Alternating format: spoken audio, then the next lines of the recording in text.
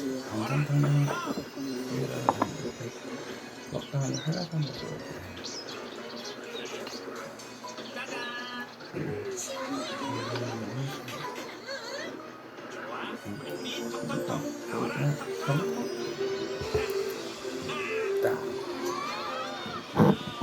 사실 어떤 사람이 연락을 저보다는 강한 것 같은데 제가 너무 좀 너무 많이 따라서 이러는 것 같아서 그냥 두 분 다 상관없고 제 가족을 저는 못할 거라고 생각합니다.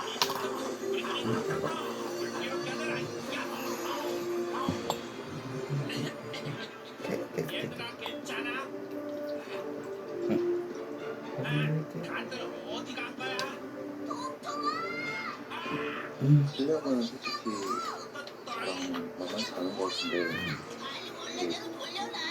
부담감이 좀 있다고 해야 되나? 근데 실력은 뭐 저보다 세니까 이제 받아들이겠습니다.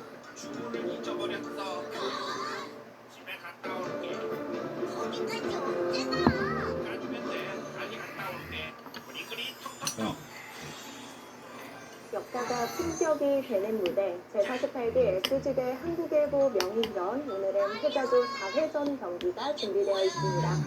박민규 선수와 김은지 선수가 만났고요. 두 선수가 일찌감치 자리에 좀 앉아있는 모습인데요. 이걸 준비하는 각오들이 딱 보이는 그런 느낌이죠.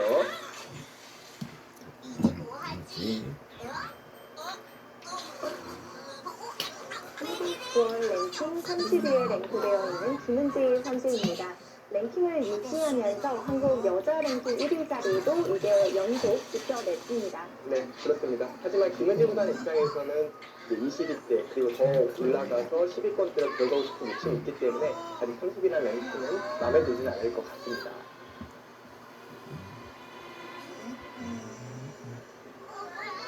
이 선수가 평소에 이런 비장함을 드러내는 선수는 아닌데 오늘은 좀 준비를 많이 했을 것 같죠. 네, 사실 박민규 선수가 공부도 많이 하고 바둑에 대해서 열정이 굉장히 많은 타입인데 또 그렇게 표현하는 타입은 아니었거든요. 그러니까 비장감과는 거리가 먼 선수인데 오늘은 왠지 모르게 좀 비장해 보이기도 합니다. 그렇습니다. 9월 랭킹 11위에 랭크되어 있는 박민규 선수입니다.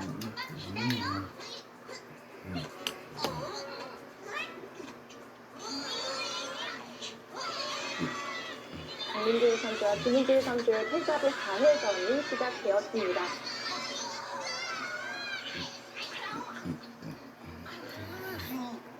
제한 시간은 각자 60분에 추가 시간 30초가 주어지는 피셔 방식으로 진행이 되겠습니다.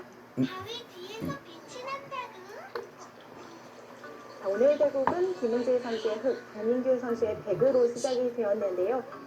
지난 두 번의 공식전에서는 모두 김은지 선수가 백으로 승리를 거뒀습니다. 그렇습니다. 지금 포인트가 굉장히 빠르게 나왔잖아요. 이 부분은 좀 준비를 한 것 같아요. 그러니까 김은지 구단 같은 경우에는 양화점을 많이 선택을 하기 때문에 상대 입장에서 연거의 편한 부분도 있거든요. 그래서 박민규 구단이 좀 준비를 해온 게 아닌가 생각이 듭니다. 박민규 선수의 지난 인터뷰를 보면 확실히 좀 혼란스러워한다는 게 느껴졌는데 처음에는 실력보다도 좀 부담감 때문이라고 생각을 했는데 이제는 실력을 인정하겠다 이런 얘기를 했거든요.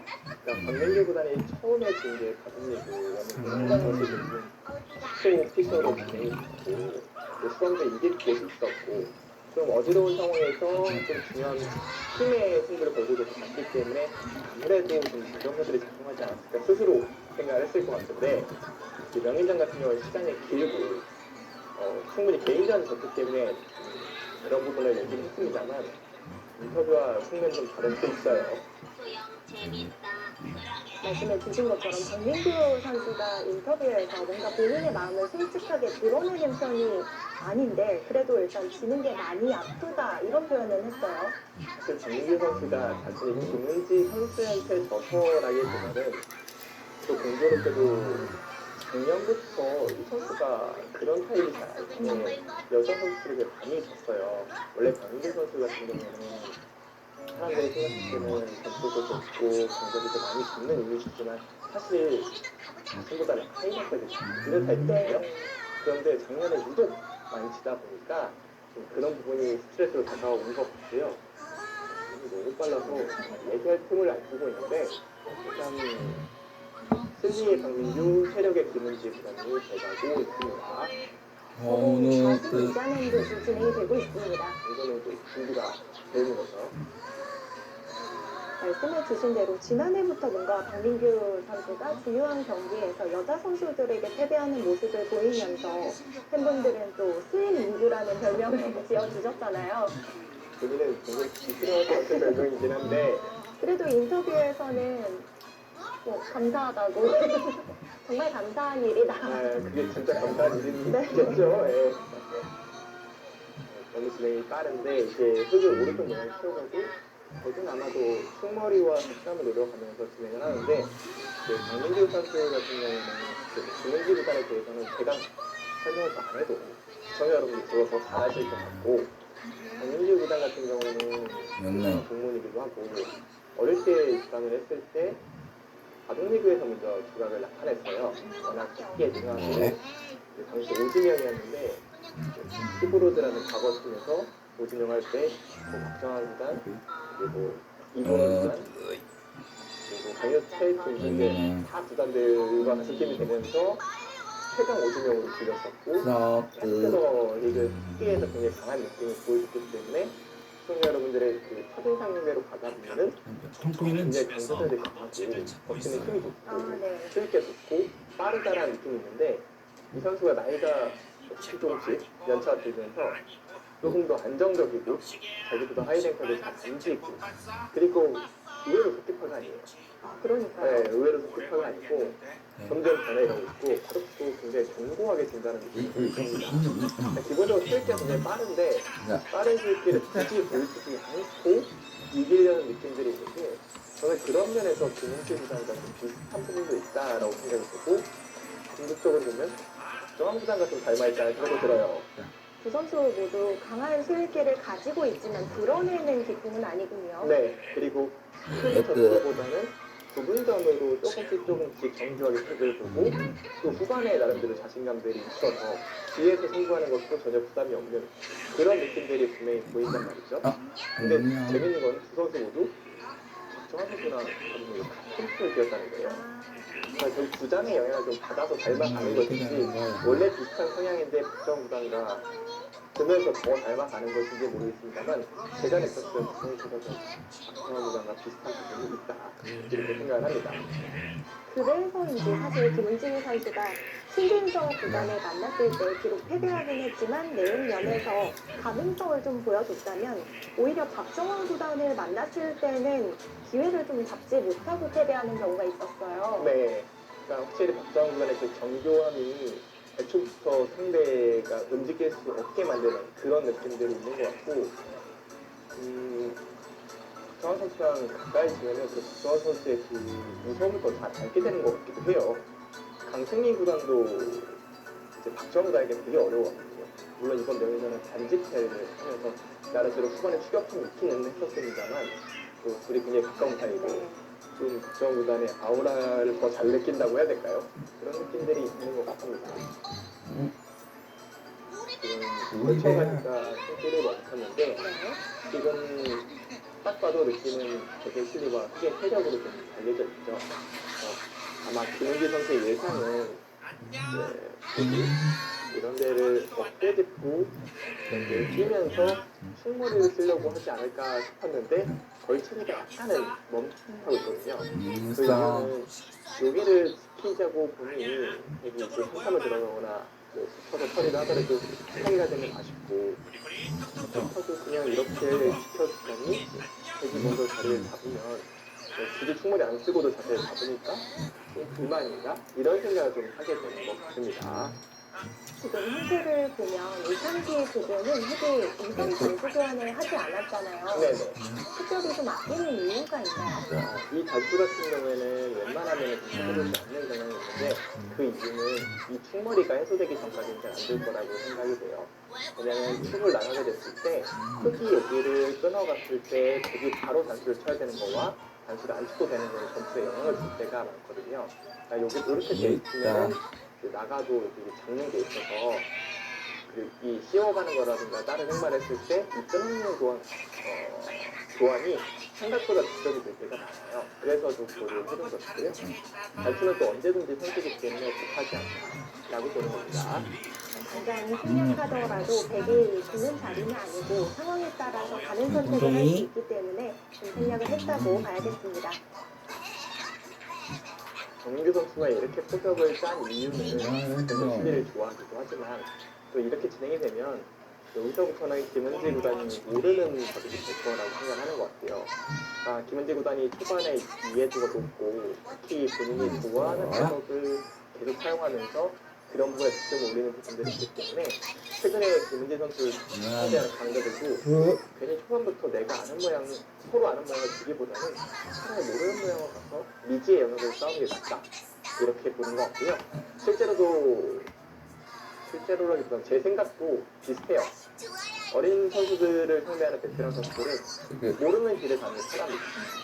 왜냐면 아무래도 어린 선수들은 아는 거에 대한 이해도가 더 높을 수밖에 없는 게 공부를 많이 하기도 하지만 전체적으로 쌓인 시간이 적기 때문에 어떤 특정 포인트에 대해서 더 기억을 잘할 가능성이 있거든요. 근데 이제 중반으로 가면은 아무래도 많은 경험이 승부를 가를 때가 많기 때문에 강민규 구단 입장에서는 또 모르는 중반으로 가면 내가 잘할 수 있다 이런 생각을 가질 것 같고요. 지금부터 손길이 멈춘다는 것만으로도 만족스러워할 겁니다. 연구가 되어 있지 않은 장면을 마주할 때 그 경험이 좀 말을 할 텐데요. 정민규 선수는 그런 부분을 생각하고 포석을 뿌려 나가는 것 같습니다. 강민규 선수 일단은 그냥 뺐거든요. 정말 노련한 기자죠.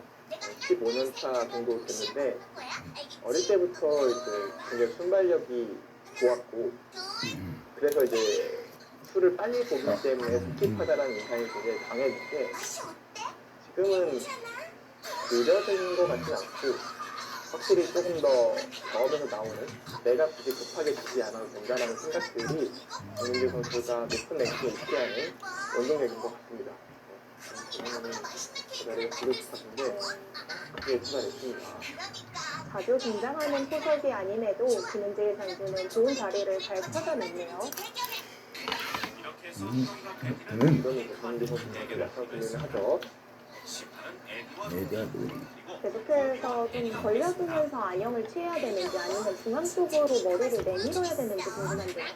사실 저는 1감은 너무 이곳이고요. 네.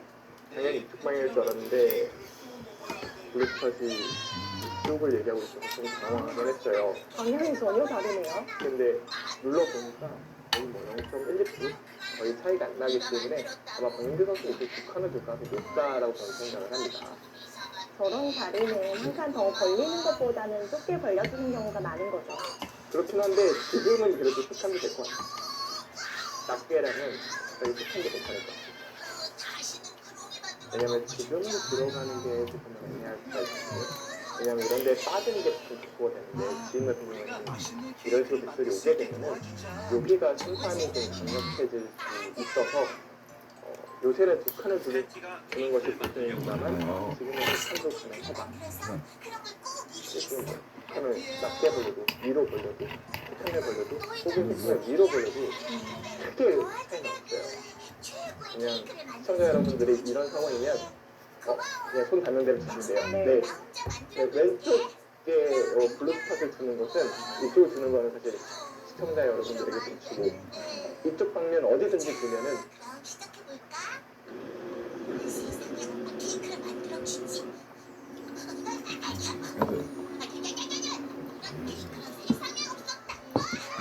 어디 방면에 주면은 큰 문제는 없을 것이다.